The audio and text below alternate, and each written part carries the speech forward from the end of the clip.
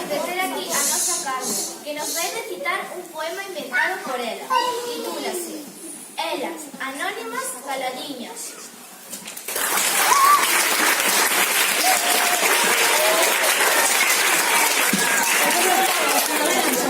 Este poema vai ter pouco comparado a todo o que oín. Porque os vosos son todos poemas.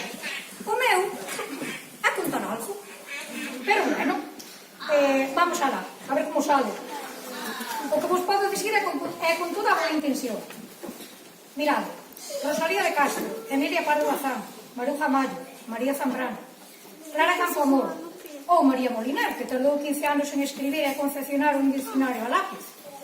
Fui unha bibliotecaria comprometida e impulsou unha rede de bibliotecas rurais. Pero as miñas verbas van ir en favor das mulleres anónimas.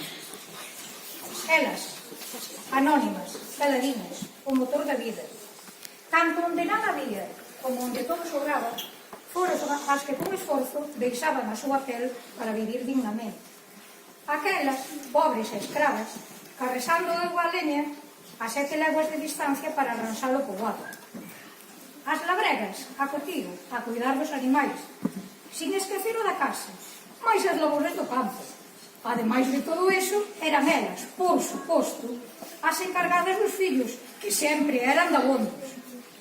Que dicir das da Ribeira? Cantas veces elas soas tiraban pola familia a costa do marisqueo e a recollida da gafa. Dicir que o gran número delas adoitaban con frecuencia ser viúvas de vivos sen corpo de mortos tirando a cotío do xugo da vida. Tamén hai que suliñar as de boa posición. O seu poder e talento sempre andaban a loitar a prol das menesterosas.